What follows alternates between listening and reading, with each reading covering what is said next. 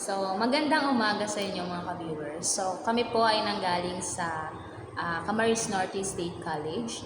Nag-aaral kami sa IFMS or Institute of Fishery and Marine Sciences. Kami po ay kasalukuyang 4th student sa aming paaralan. So, ako po ay si Ivy Peter.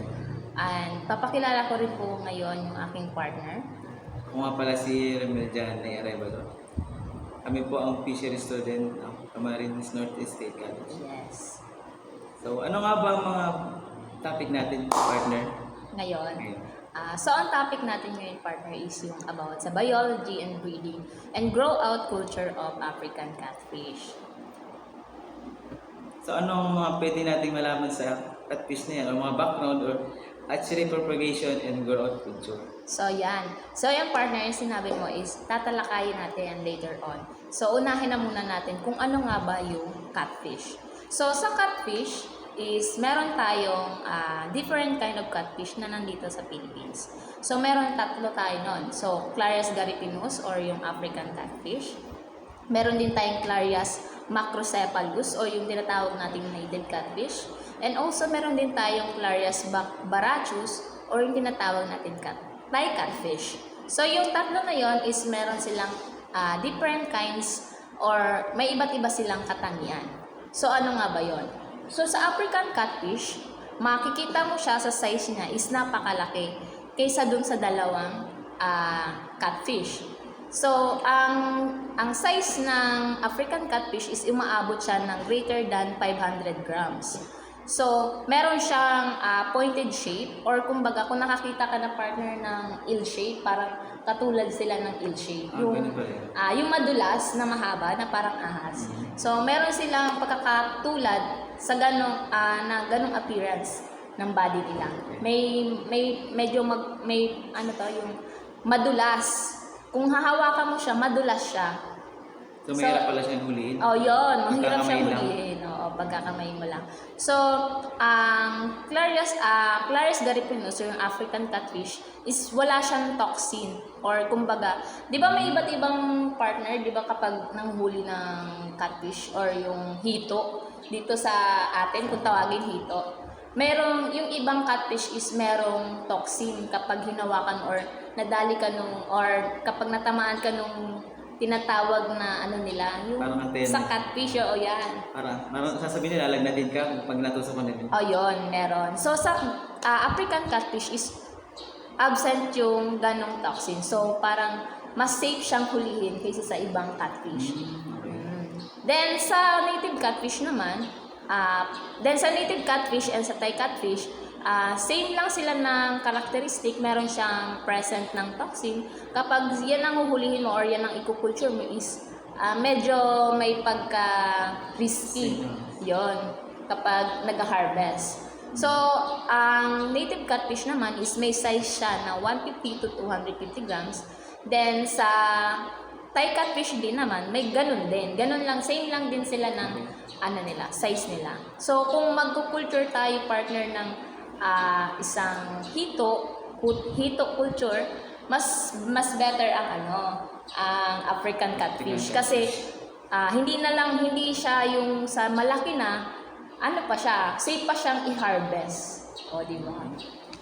Mas maganda.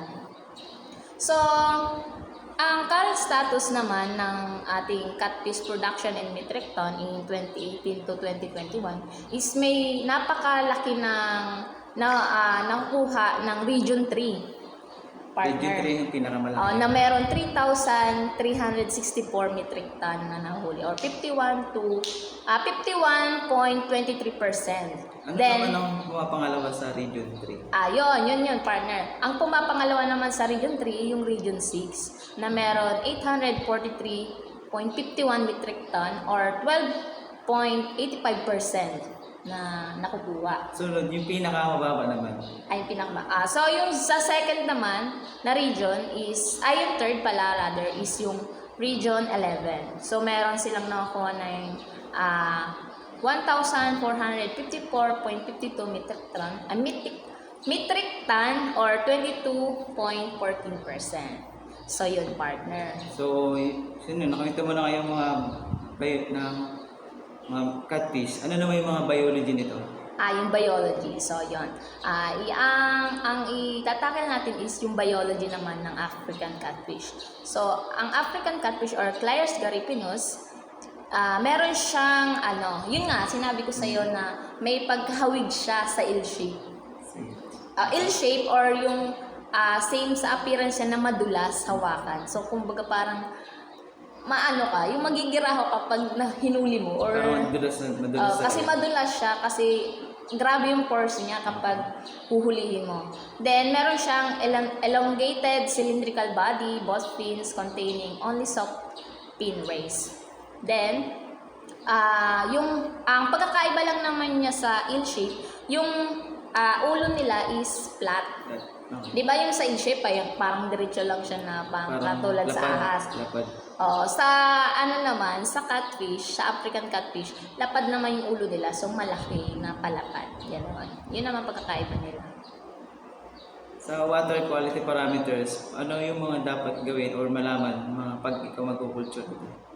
So yun, partner. So kung magkukulture tayo, mga partner ng African catfish, meron din itong mga requirements or water parameter requirements kapag aalagaan mo sila. Siyempre, una na doon kapag yung water temperature, yung water quality mo is hindi mo gaanong namomonitor. Siyempre, yung pagkukulture mo ng African catfish or ng hito is hindi din, not good quality din yung makukuha mo kapag nag-harvest ka. So, meron tayong mga consider na mga iba't ibang water parameters when it comes sa breeding, yan, sa egg hatching, sa growth nila, syempre, meron din yung iba't ibang requirements. So, sa breeding naman, ang kailangan nilang water parameters is dapat greater than 18 degrees Celsius yung kailangan nating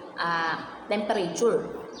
Then sa pag nag-egg hatching naman tayo, meron din tayong ibang water parameters na kailangan yan kasi iba't iba naman syempre kapag parang sa tao lang yan, partner. Kunyari sa baby to adult, syempre iba-iba na yung yung temperature na kailangan, yung parang ganon. So, ganun din sa isda or sa hito. Sa egg hatching naman, kailangan nila ng 17 to 32 degrees Celsius. Then, sa growth naman, kapag lumalaki na sila sa culture fan or culture tank, kailangan na nila ng 28 to 30 degrees Celsius. Then, sa salinity naman, ang kailangan na requirement nila is 0 to 12 ppt or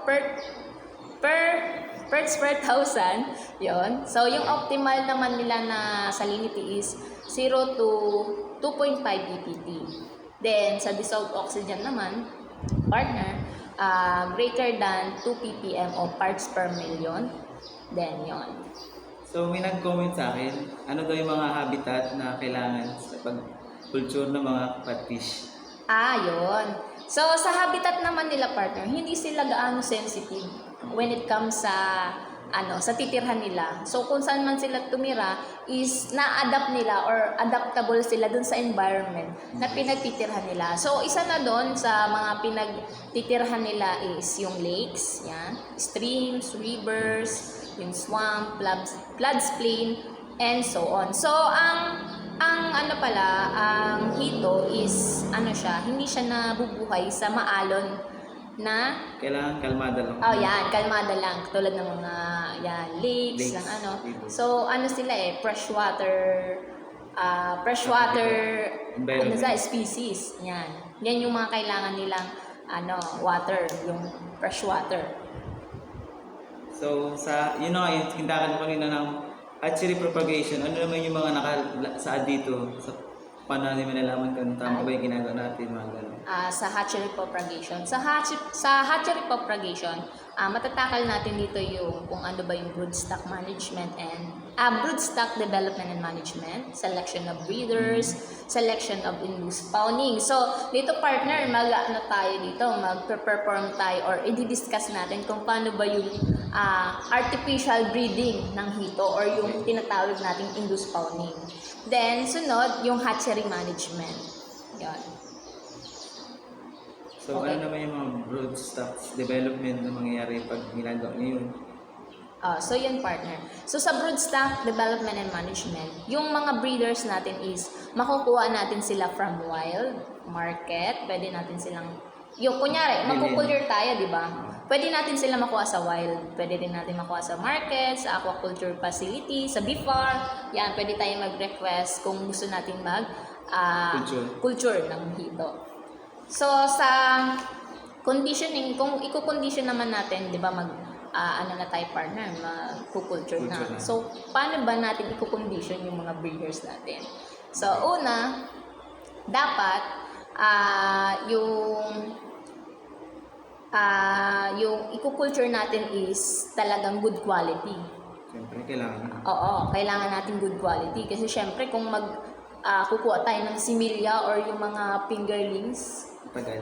hindi, yung mga fingerlings partner na ano natin na aalagaan, dapat ano siya, yung talagang naka-condition or kumbaga walang disease, yan, walang mga Good defects. quality yung nakuha mong species. Oo, yung mga walang deformities, talagang dapat yung good quality na mga similya. So, kailangan kapag nag-culture tayo sa tanks or ponds for 2 to 3 months, ang stocking density ng kasya dun sa tanks dapat is 5 per meter square. So 5 pieces per meter square. So dapat nako-cover din siya ng kung sa tank ay sa pan tayo magkukulture partner ng ito, kailangan nila ng water lily. Bakit? Bakit kailangan nila yung water?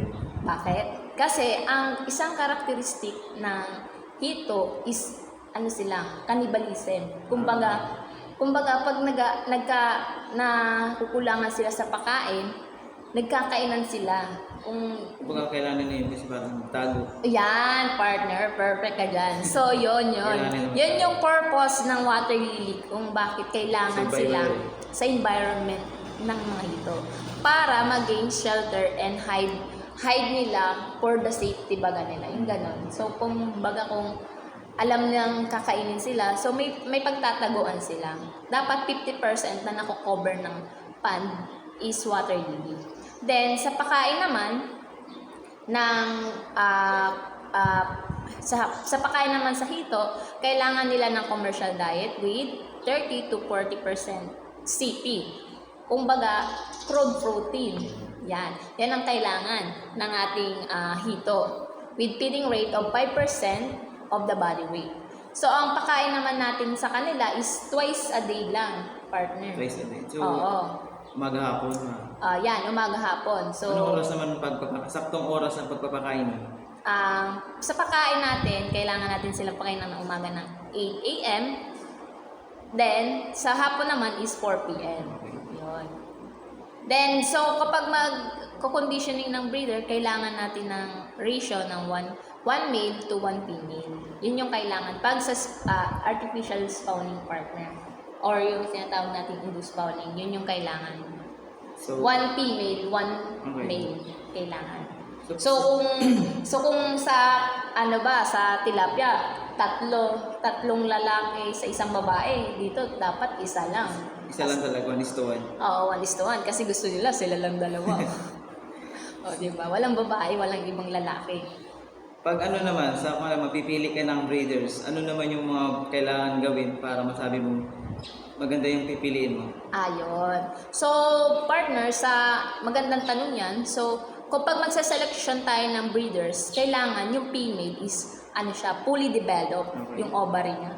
Then, makikita mo yung sa ganto niya, yung sa tiyan, bulging dapat siya, yung mataba. Malaki. O yung, kumbaga, makikita mo, pabilog na, yan. Yan, yun yung sa babae. Yung bulging yung kanilang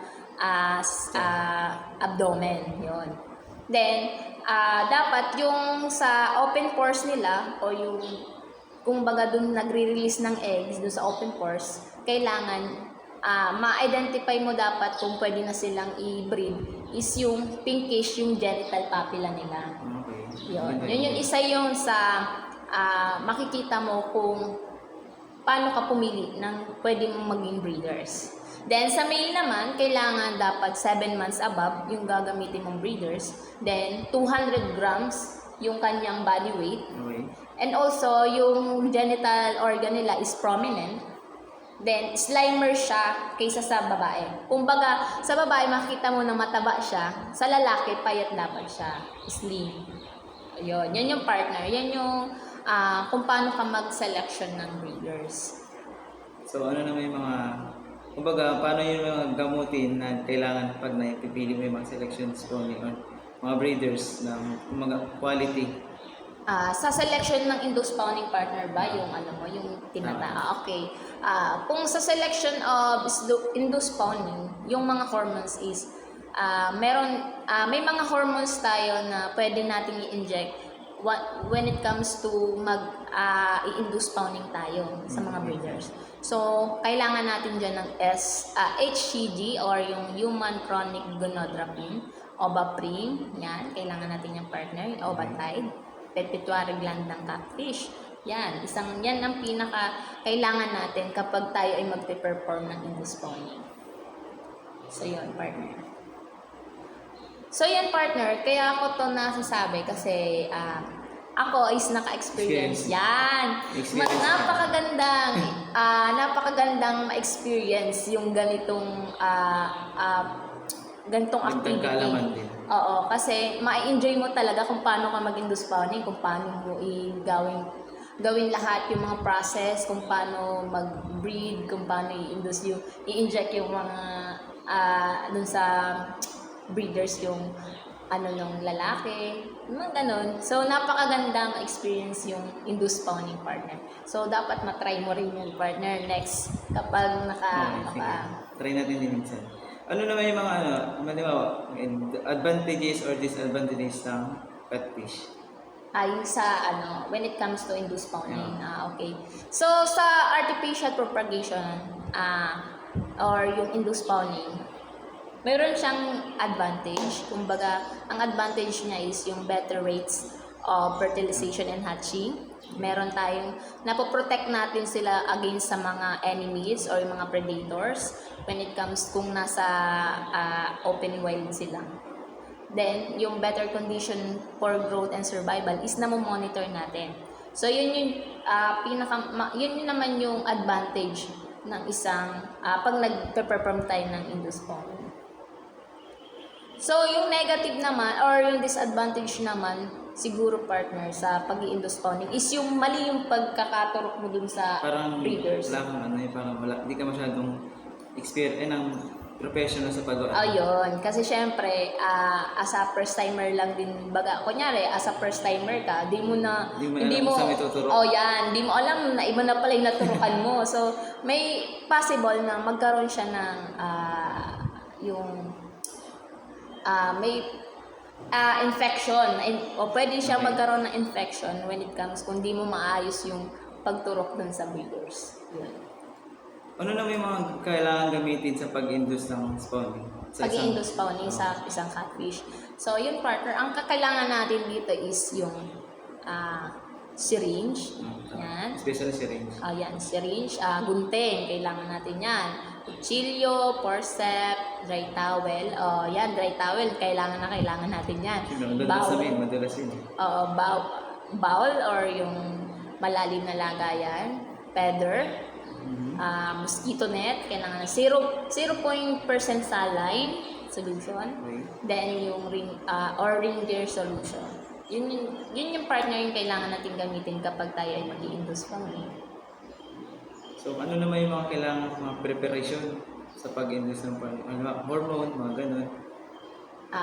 Okay partner. So kanina nabanggit ko na yung mga kakailanganin kapag nag-i-induce spawning tayo, syempre. Una, kailangan natin dun yung HCG dapat ang gagamitin natin or i-inject natin ang dosage na kailangan natin sa female is kailangan lang natin ng 2 grams. 2 grams lang ng partner ng HCG. Oo, kasi depende pa rin yan partner sa body weight breeders. Nag-consider sila kung gano'ng kalaki or sa... Oo, yan. It depends, partner, sa ano nila, Okay. sa body weight. So, pero yung pinaka-dosage na kailangan ng mga females is 2 grams ng HCG kung mag-i-inject tayo. Female lang, female. Oh, yeah, hormones. Sa female lang tayo, partner, mag-i-inject kasi sila yung nagbibigay ng, Eggs. nagre-release ng eggs. Yan. Perfect. Then, kailangan natin ng 0 point saline solution para yun yung kailangan para malinis yung mga malinis yung gamit or yung gagamitin natin. So yun yung saline solution, siya yung lumilinis dun sa mga kakailanganin natin sa pag-induce spawning. So, ano naman yung mga preparation na ba sa pag-induce ng pituitary?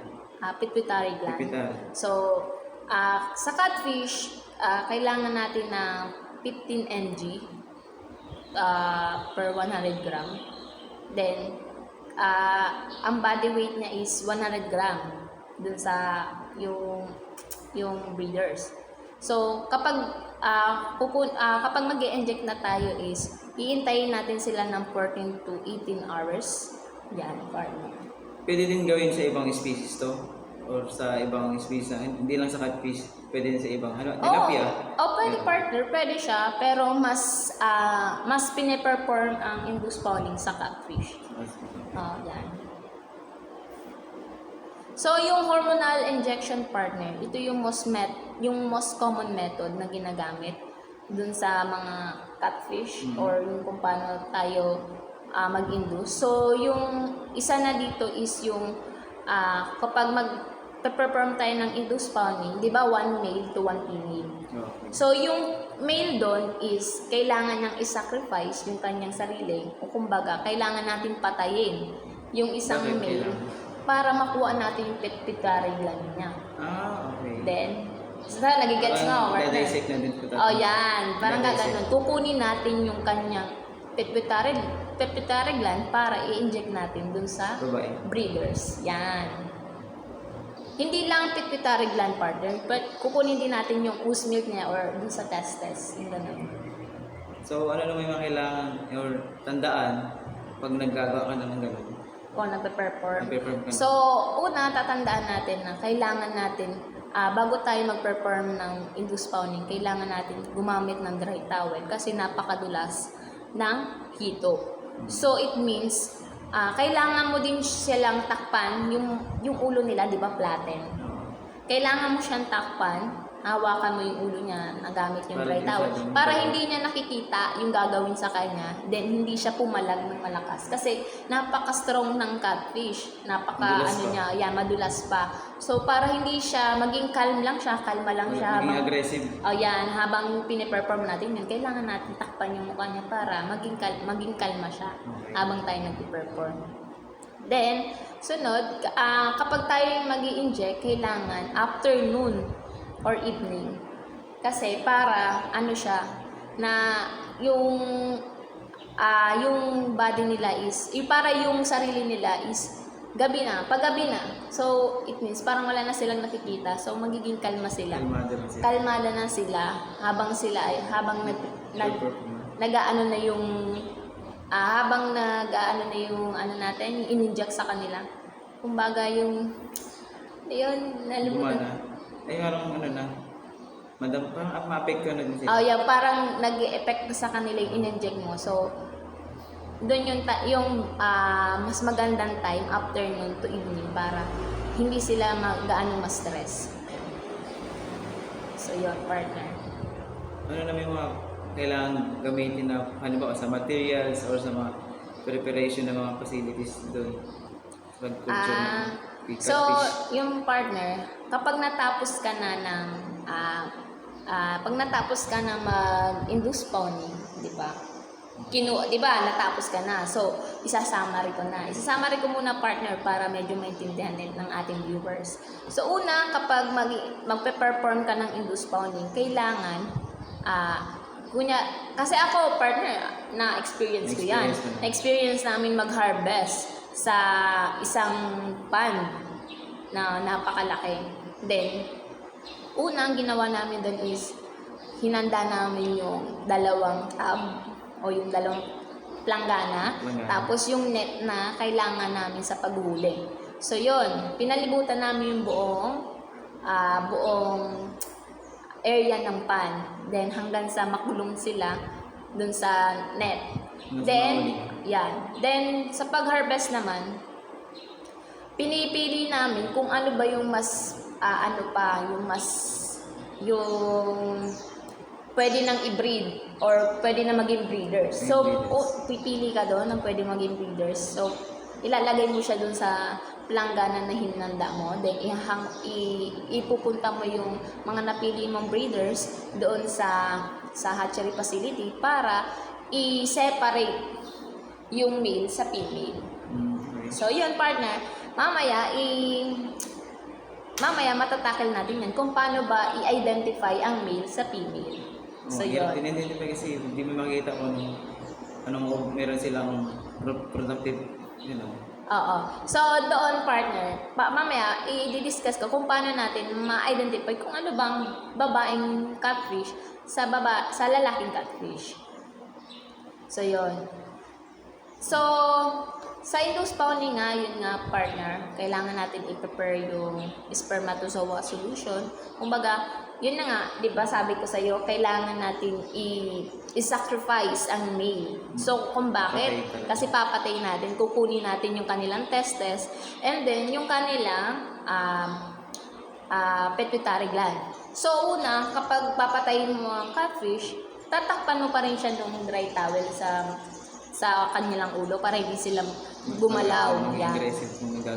So, una, babalikin mo yung kanilang backbone, partner. Yun yung na-experience namin para hindi na pumalag. Kumbaga parang may dinaramdam na, hindi na siya yun, partner. Papatayin mo talaga siya ng sagaran. So, nakakawa namang isipin, pero kailangan nilang i-sacrifice.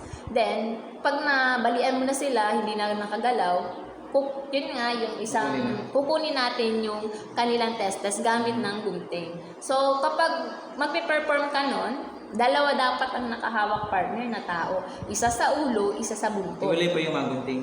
Hindi. Kahit isa lang sa kanila din? Ang magpuputol magpe-perform sa kanila na paano gupitin, yung may hawak ng buntot. Yan! Partner, may natutunan ka. Yun. So, yung humahawak sa buntot, yun yung magpuputol hanggang doon sa loob para makuha nila yung testes ng lalaki. Then, yung naghahawak naman sa ulo, yun na naman kukuha ng pituitary gland kasi nasa may bandang gills yung kanilang pituitary gland ng lalaking catfish. So, yun. Then, partner.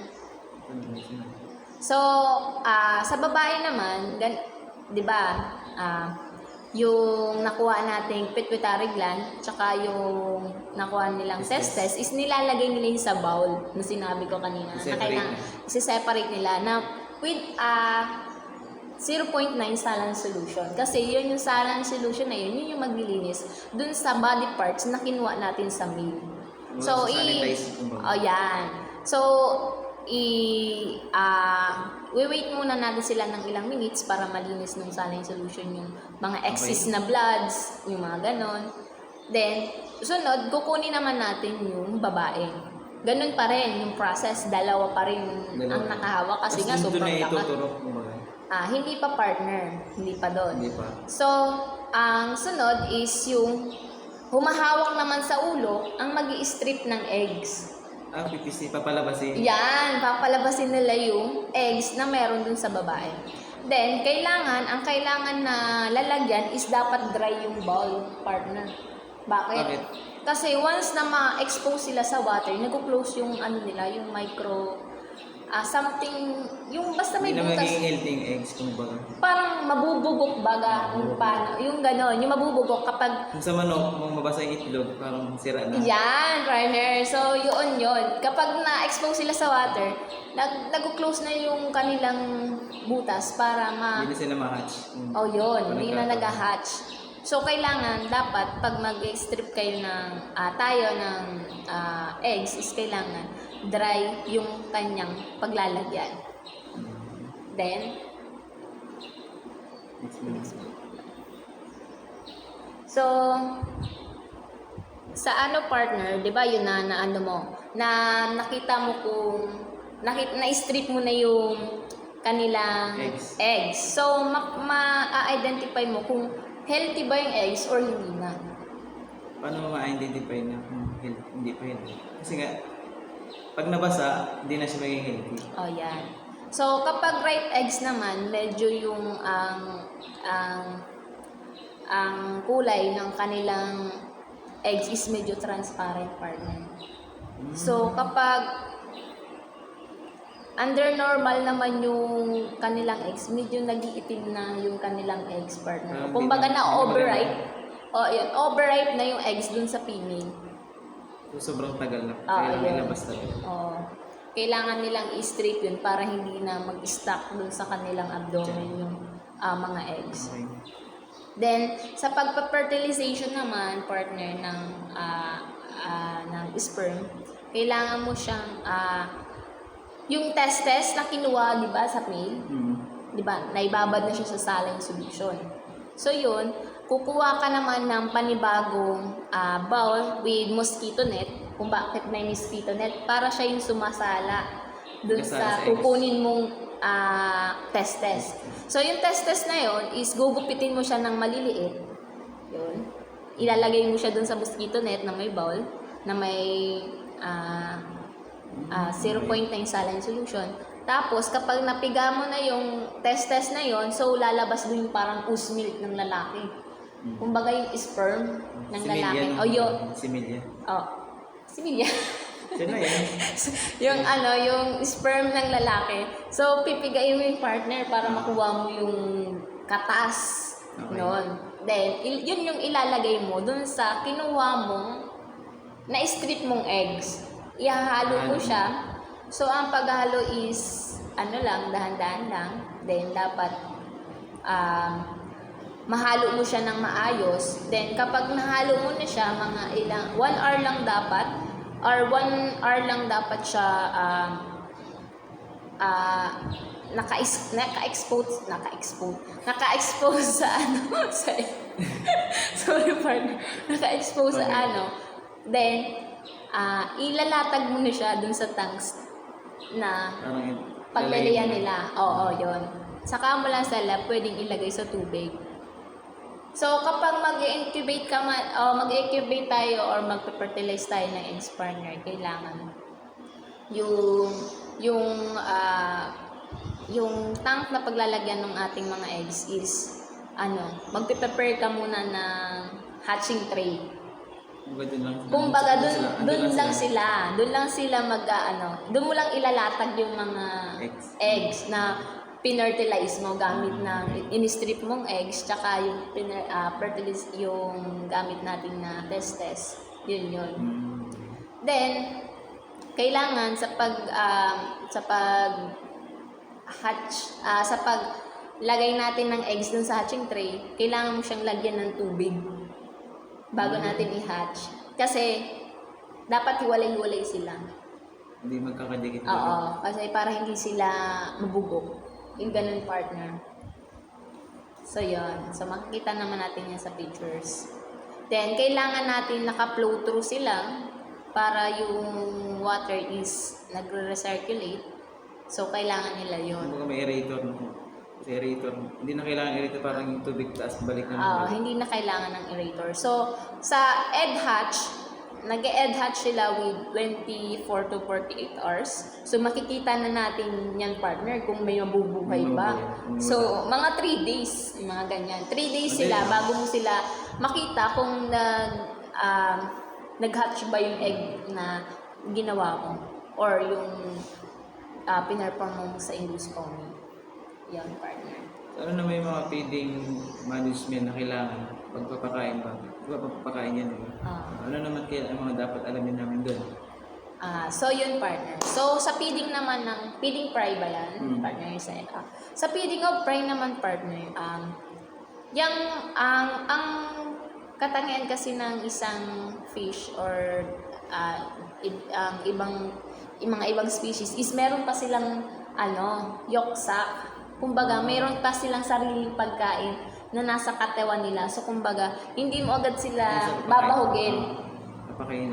Kapag nag-hatch na sila, hindi mo agad sila pwedeng bahugin kasi nga meron pa silang yolk sac na nasa katawan nila. Yun yung nagsiserve as a food nila. Yun. So, pwede natin sila pakainin, partner, mga around 3 days to 5 days. Pwede na natin After silang hatch na yun.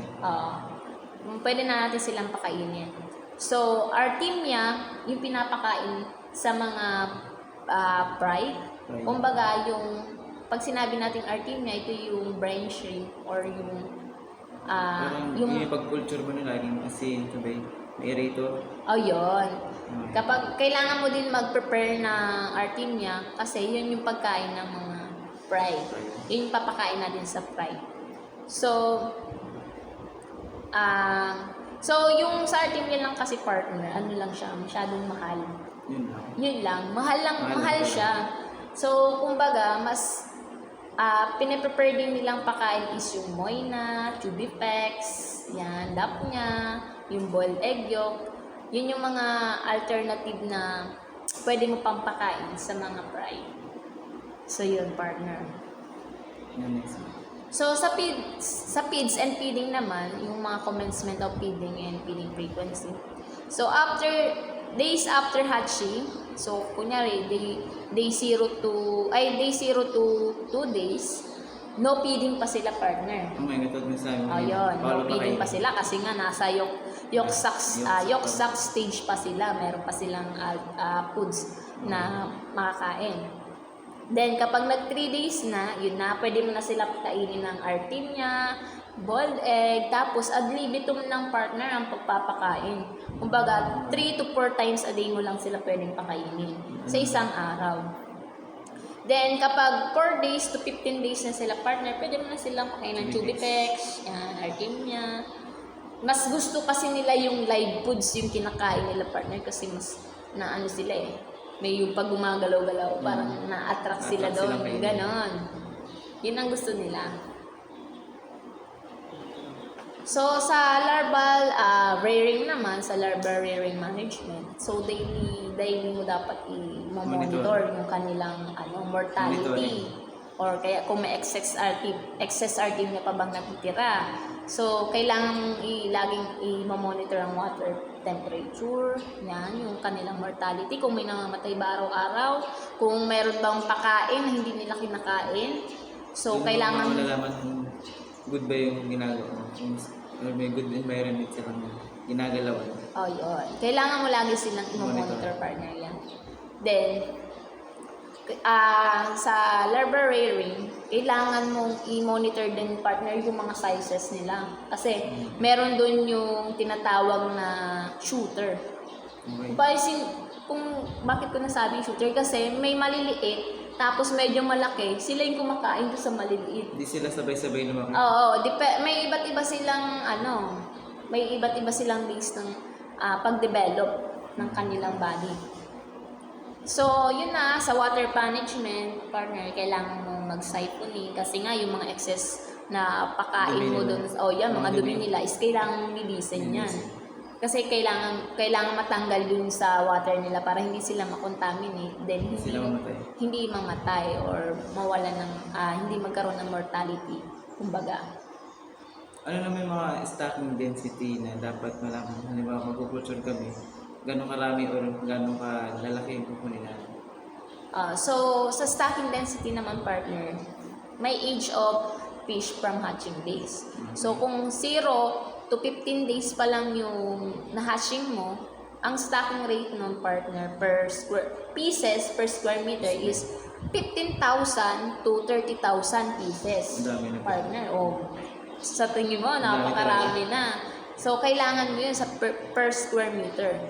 So, kung ang kukulturan mo ay tanks, yun yung pwedeng kumasya. 15 to 30,000 pieces. Dami na. Then sa 16 to 30 days naman after hatching nila, 2,500 na lang. So, kumbaga bumababa. Kasi lumalaki sila. Ayan, partner, kasi lumalaki sila. Nababawasan sila ng space. No, bawal na silang dumami.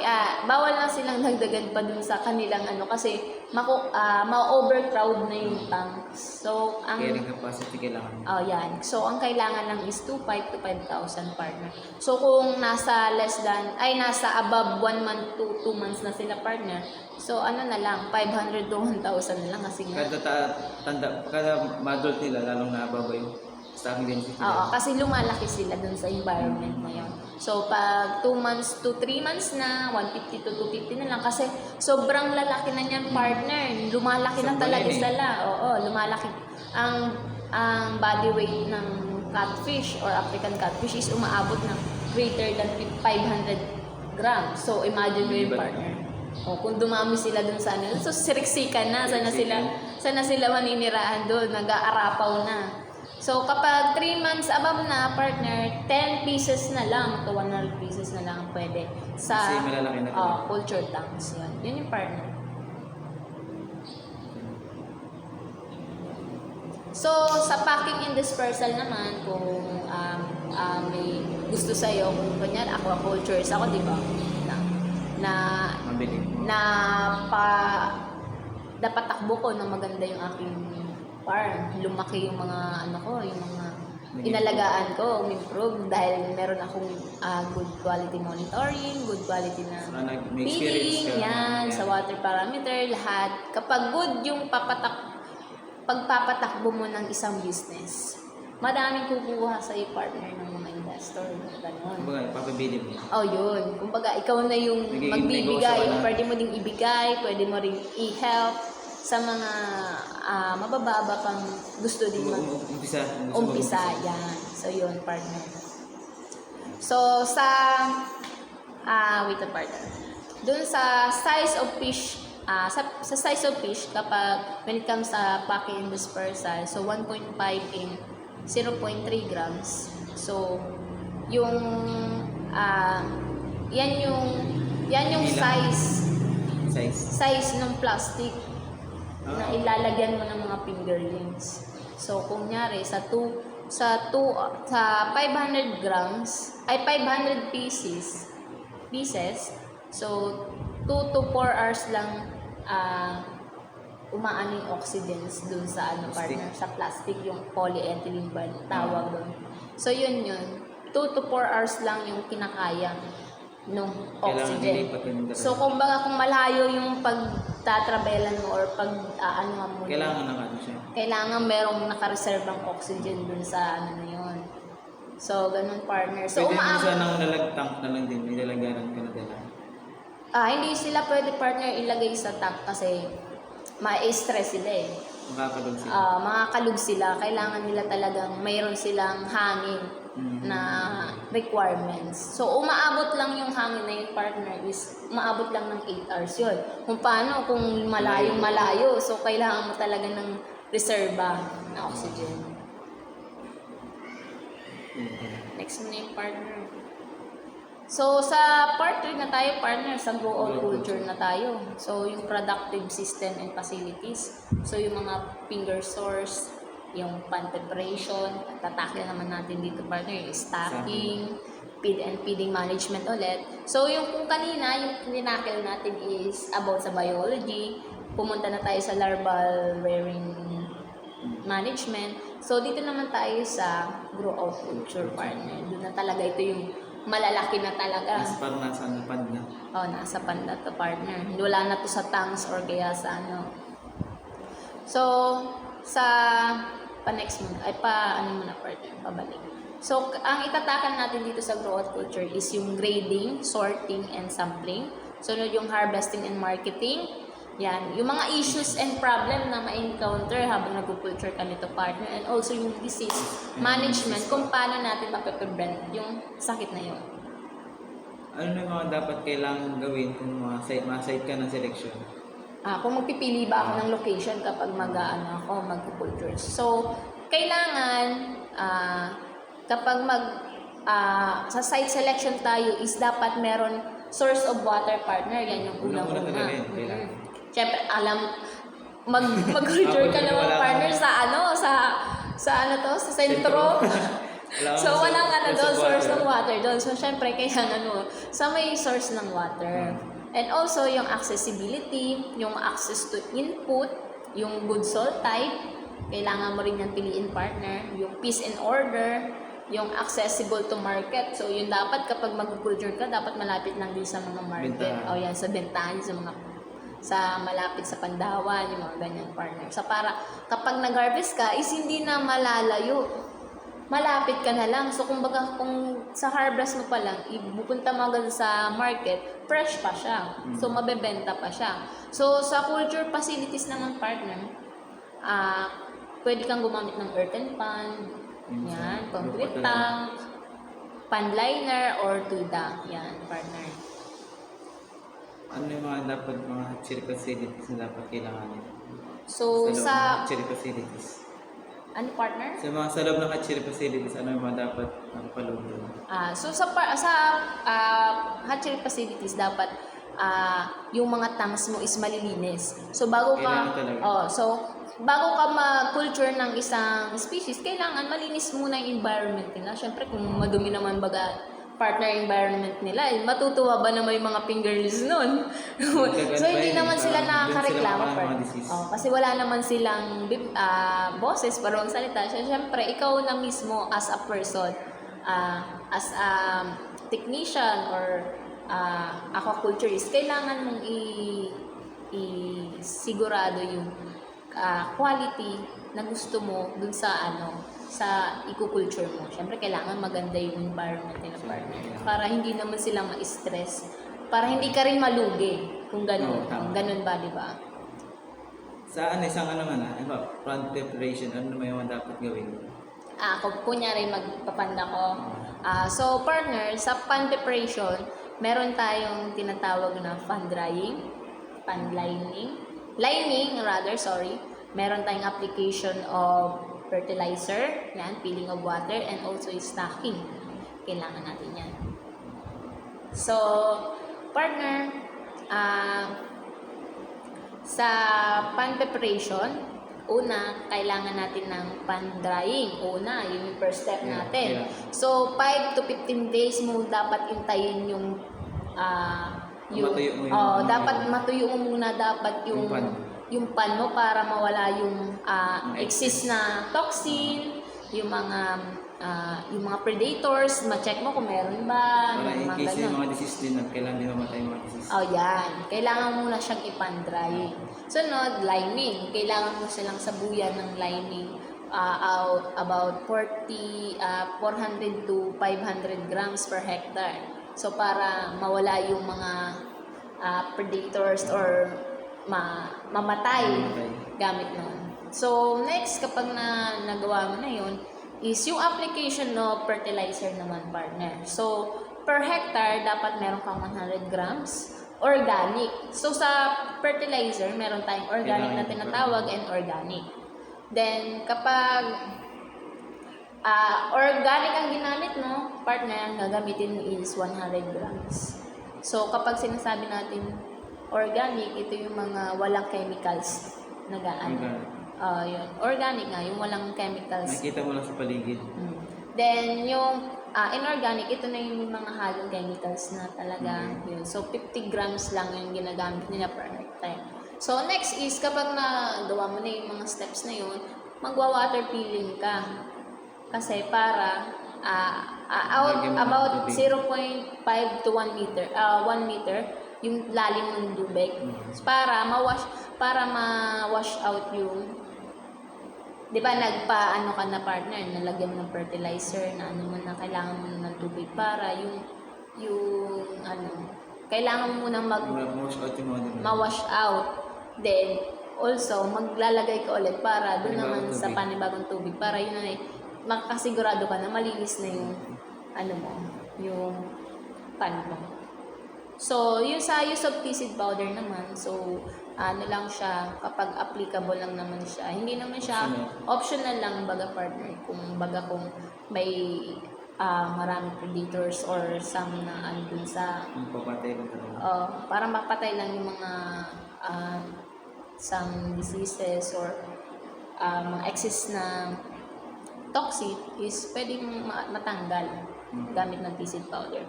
So, sa stocking naman partner, kailangan mong bago ka bumaba ng mga i-culture mo dun sa sa pan, kailangan mo muna siyang i-acclimatize. When you say acclimatize, habang nandun sila sa area ng pagkain. hanggang nandun pa lang siya dun sa plastic or sa timba na may dati ng tubig, is dapat dahan-dahan mo lang siyang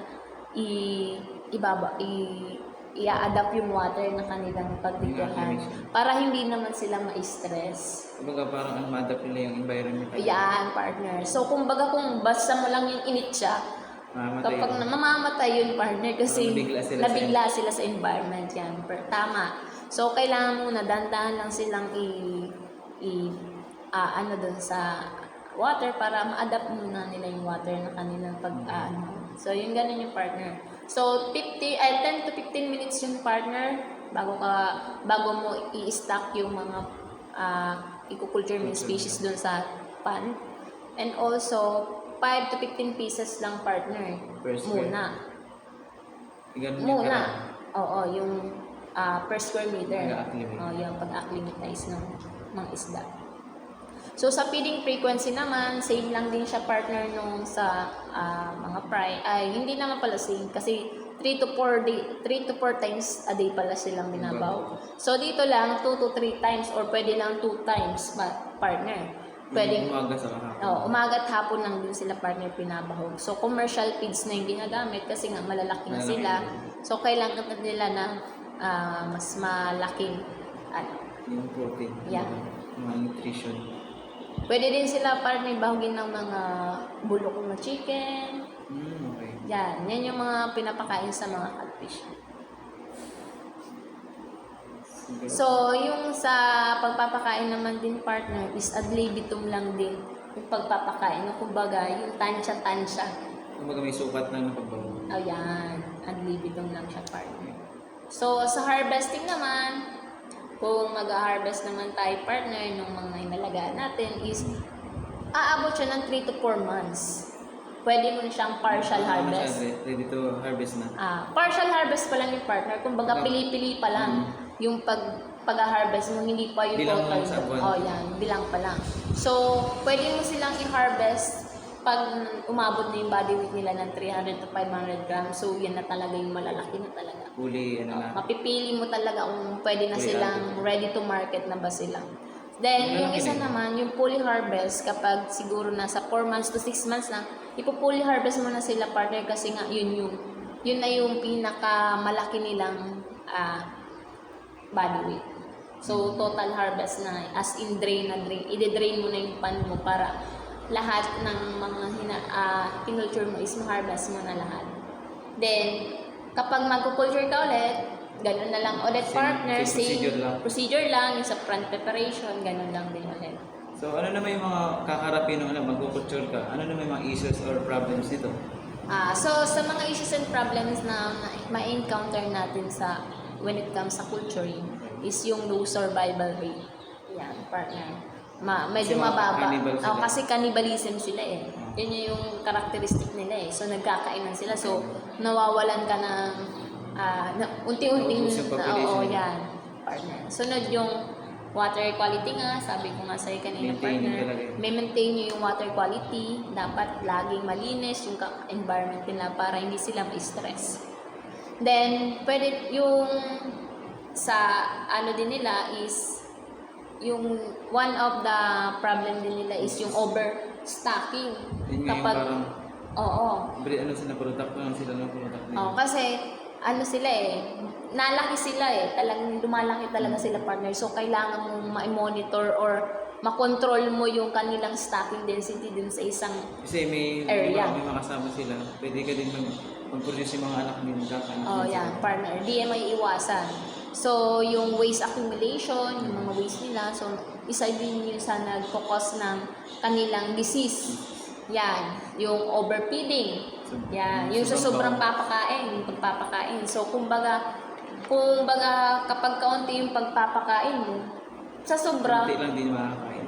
yung pag sobra at dami, meron din yung cost partner. So, dapat kailangan mo talaga silang i-monitor kung gaano lang ba kadami yung ipapakain mo sa kanila. Then, yung sunod is yung stress nga. Yung isa din sa nagkukos ng disease sa kanila. Pinaka-main din yun, no? Ayan, yung kanilang stress, sabi ko nga sa partner, dapat yung kakalakihan nilang environment is malinis. So, parang iwas stress. Then, also yung poor quality, water quality, and then yung bibigay disease sa kanila. So, partner, I think yun lang yung pwede kong Ano ako natutunan sa'yo dahil sa mga sinabi? yun lang yung I think na ma-share ko sa iyo kasi yun yung na-experience ko So, nung past year pa. okay, So, sa'yo. yun partner, so sa mga viewers, may natutunan ba kayo? Sana meron. So yun lang po yung aking maibibigay. Thank you din po sa aking partner kasi Thank you. nagbibigay din siya ng kaunting kaalaman about Ang dami ako natutunan sa kanya dahil sa experience niya. Oo. Siyempre, kailangan din natin mag-share ng knowledge sa mga hindi natin na-experience. So kumbaga i-extend ko pa yung aking kaalaman sa inyo para naman meron kayong matutunan or meron din kayong maibigay o maibahagi sa iba. So kapag i-recommend ko lang sa inyo na pwede nyong i-culture is yung African catfish kasi nga hindi lang sila lumalaki, marketable pa sila. So partner pala, napakalaki pala ng demand ng catfish sa market. So malaki yung presyo. Parang pag malaking catfish mo, malaki mataas na yung Oo, presyo. partner. So napaka-high demand o high value ng catfish. So kung Depende pa din sa pagpapalaki mo. yan, partner. Depende sa pagpapalaki nyo kung meron kayong good quality monitoring, good quality na pag-aalaga. Especially din sa environment na tinitira nila. Yan, partner. So, I highly recommend na kung i-culture ng isang species is African catfish na kasi lumalaki sila nung lumalaki. Then, umaabot pa ng 500 grams. Isa lang yun, partner, ha? O, Paano kung kung dumami marami pa, sumayaman ka na. Wag aaralin mo na ako niyan. So, yun lang. Hopefully, may natutunan kayo sa amin. And, do share our life. Yun lang po. Thank you so much. Mga pa-viewers. Hanggang dito na lang po. And goodbye. Thank you. Thank you po. Tapos